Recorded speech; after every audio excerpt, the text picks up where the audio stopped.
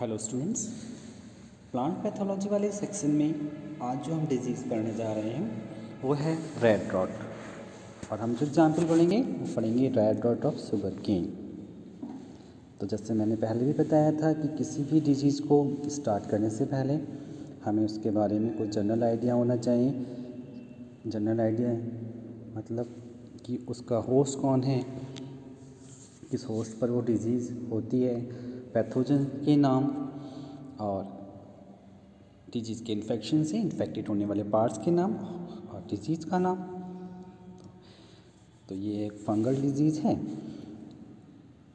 और इसका जो पैथोजन होता है वो है कोलिटोट्राइकम फैल्केटम, जो एक ड्यूटेरोमाइसिटीज का मेंबर है। इसके होस्ट शुगर केन होते हैं जिसका बॉटनिकल नेम सेकेरम ऑफिसिनेरम है। और इस लीफ से जो पार्ट्स इन्फेक्टेड होते हैं प्लांट की वो हैं लीव्स एंड स्टेम, और डिजीज़ का नाम है रेड रॉट। तो इस डिजीज़ को हम red rot of sugarcane कहते हैं। अब बात करते हैं इसकी इंट्रोडक्शन की। यह डिजीज़ सबसे पहले 1893 में जावा से रेड स्मट के नाम से रिपोर्ट की गई, यानी कि जावा में सबसे पहले ये डिजीज़ रिपोर्ट की गई 1893 में, और उसको उस समय जो नाम दिया गया था वो रेड स्मट दिया गया था। इसके बाद यह डिजीज़ धीरे धीरे अमेरिका, ऑस्ट्रेलिया, इंडिया इत्यादि देशों में फैल गई। बटलर 1906 में इस डिजीज़ को भारत में बोए जाने वाले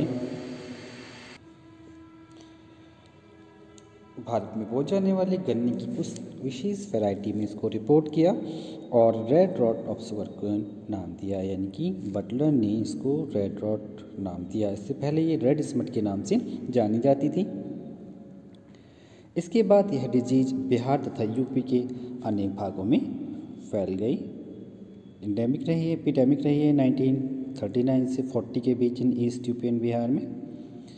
और वैसे ये सभी शुगर केन ग्रोइंग एरियाज हैं वहाँ सब जगह पाई जाती है। तो इस प्रकार हमने देखा कि 1893 में ये जावा से रिपोर्ट की गई। 1901 में बावर ने गोदावरी से रिपोर्ट किया इसको इंडिया में। बटलर ने इसको रेड रॉट नाम दिया। सभी शुगर केन ग्रोइंग एरिया में पाई जाती है। और यह 1939 से 40 में यूपी एंड बिहार में, ईस्ट यूपी एंड बिहार में एपिडेमिक फॉर्म में रही है। तो ये रहा इसके इंट्रोडक्शन की बात। अब हम बात करते हैं डिजीज़ के पैथोजन के बारे में। तो ये जो डिजीज़ होती है वो एक ड्यूटेरोमाइसिटीज के मेंबर कोलिटोट्राइकम फैल्केटम से होती है, यानी कि इस पैथोजन का नाम है कोलिटोट्राइकम फैल्केटम। फैल्केटम इसलिए नाम दिया गया है, इसके जो कोनिडिया होते हैं वो फैल्केट होते हैं, यानी कि हंसिया के आकार के होते हैं। ये इसकी इम्परफेक्ट स्टेज है। और कोलिटोट्राइकम फैल्केटम की हम परफेक्ट स्टेज की बात करें तो वो है ग्लोमेरुला टिकोमेनेंसिस। ये परफेक्ट स्टेज और इम्परफेक्ट स्टेज क्या है ये मैं बता दें कि ये पैथोजन जो है वो क्लास ड्यूटेरोमाइसिटीज को बिलोंग करता है। और हम सभी लोग जानते हैं क्लास ड्यूटेरोमाइसिटीज को इम्परफेक्ट फंजाई कहते हैं कि एक ऐसा क्लास है जिसमें इम्परफेक्ट फंजाई पाई जाती हैं जिनका सेक्सुअल रिप्रोडक्शन अननोन होता है। तो बाद में जब इसके सेक्सुअल रिप्रोडक्शन रिपोर्ट किए गए तो उस स्टेज का नाम ग्लोमेरुला टिकोमेनेंसिस रखा गया है। परफेक्ट स्टेज का नाम ग्लोमेरुला, जो चोनान बजाज ने 1953 में रिपोर्ट किया था दिल्ली की शुगर केन फील्ड से। तो इसकी परफेक्ट स्टेज और इम्परफेक्ट स्टेज दोनों का ही नाम बताया। बाकी पैथोजन के बारे में हम बात करें तो मडी रेड कलर का होता है, absorb by pith, so called red rot. Pathogen survive insides seed canes infected stubbles and soil as chlamydospore. Disease soil and seed borne. ये डिजीज जो हो सकती है वो सॉयल बॉर्न और सीड बॉर्न हो सकती है। सॉयल से इन्फेक्शन लग सकता है और सीड से इन्फेक्शन हो सकता है। इस तरह की disease soil borne and seed borne disease कहलाएंगी। क्योंकि ये एक फंगल पैथोजन है तो हम इस फंजाई की क्लासिफिकेशन को भी पढ़ेंगे, इसकी सिस्टमेटिक पोजीशन को भी पढ़ेंगे। Kingdom mycota, division Eumycota, subdivision Deuteromycotina, class Coelomycetes, order इसका मिलेनोकोनेलीज है, फैमिली मिलेनोकोनेसी, जीनस कोलेटोट्राइकम और स्पीसीज फेल्केटम। तो ये रहा इस पैथोजन की सिस्टमेटिक पोजीशन, कोलेटोट्राइकम फेल्केटम।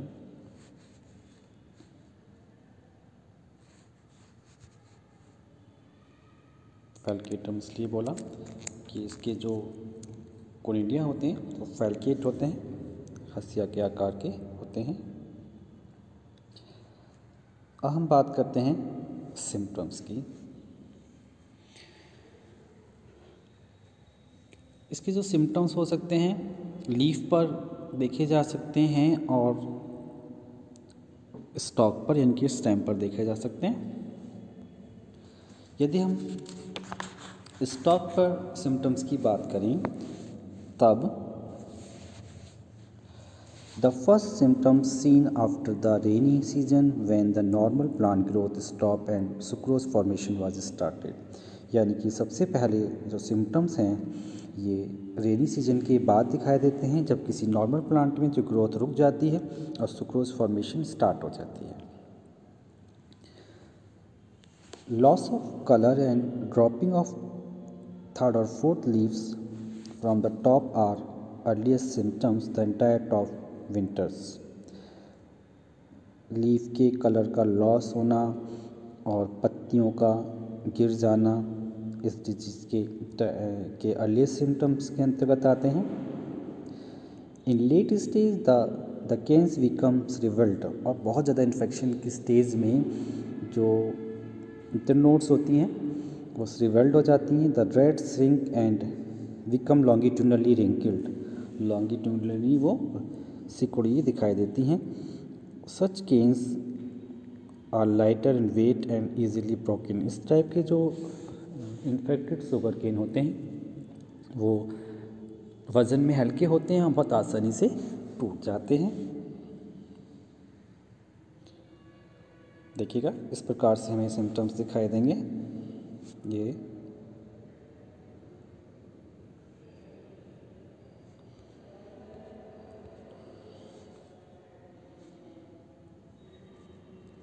एक्सटर्नली हमें सिम्टम्स इस प्रकार से दिखाई दे सकते हैं।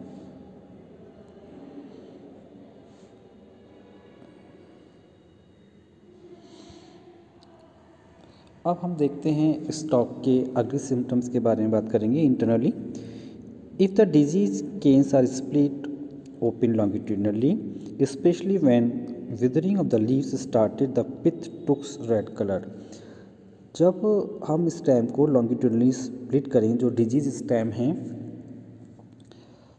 तब इसके जो हमें सिम्टम्स दिखाई देंगे उसमें रेड और वाइट इंटरबैंड्स दिखाई देते हैं जो इस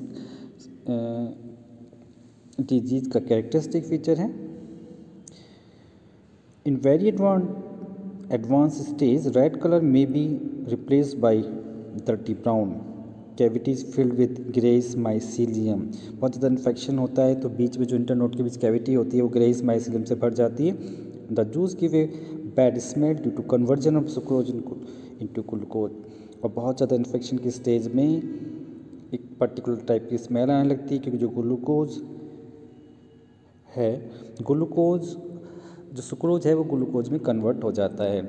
and alcohol as a result of enzymatic action of the pathogen, और अल्कोहल की फॉर्मेशन हो जाती है, एक एंजाइमेटिक एक्टिविटी स्टार्ट हो जाती है और अल्कोहल की फॉर्मेशन स्टार्ट हो जाती है। इस प्रकार से दिखाई देते हैं सिम्टम्स। देखिएगा इंटरनली हम देखें तो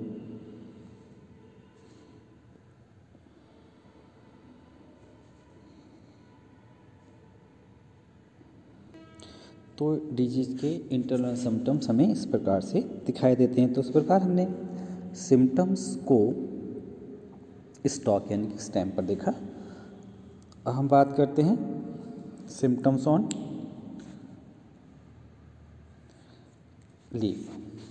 Tiny reddish lesions on the upper surface of lamina. These lesions are 2 to 3 mm in length and about 0.5 mm width. यानी कि जब लीफ पर सिम्टम्स होने स्टार्ट होते हैं तो एक स्पॉट या लेसन्स के रूप में दिखाई देते हैं रेड कलर के लीफ के अपर सरफेस पर, स्पेशली मिड वाले रीजन पर, जो 2 से 3 mm लेंथ के हो सकते हैं और 0.5 mm विड्थ के हो सकते हैं। Minute red dot on upper surface of midrib of leaf later on become straw colored in center and develop of darker stimuli. सबसे इनका स्पेशल फीचर तब समझ में आता है जब इसमें एसिड बुलाई की फॉर्मेशन होने लगती है कि जो डिजीज़ का जो सबसे पहला लक्षण दिखाई देगा इन्फेक्टेड होस्ट लीफ की मिडरिप पर रेड स्पॉट के रूप में दिखाई देगा। साथ ही साथ इन्फेक्टेड लीफ का एपेक्स जो होगा वो सूख कर फटने लगता है। धीरे धीरे सिम्टम्स लीफ के मार्जिन की ओर भी ऊपर से नीचे की ओर दिखाई देने लगते हैं, बढ़ने लगते हैं। देखिए इस प्रकार के सिम्टम्स दिखाई देते हैं।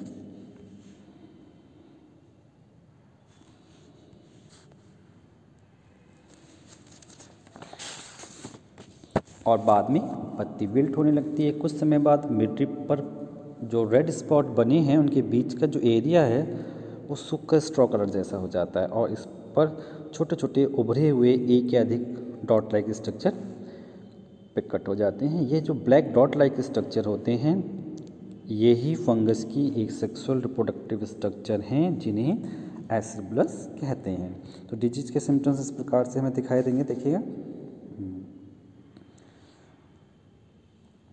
तो इस प्रकार हमने आज रेड डॉट ऑफ डिजीज़ के सिम्टम्स व पैथोजन के बारे में जाना।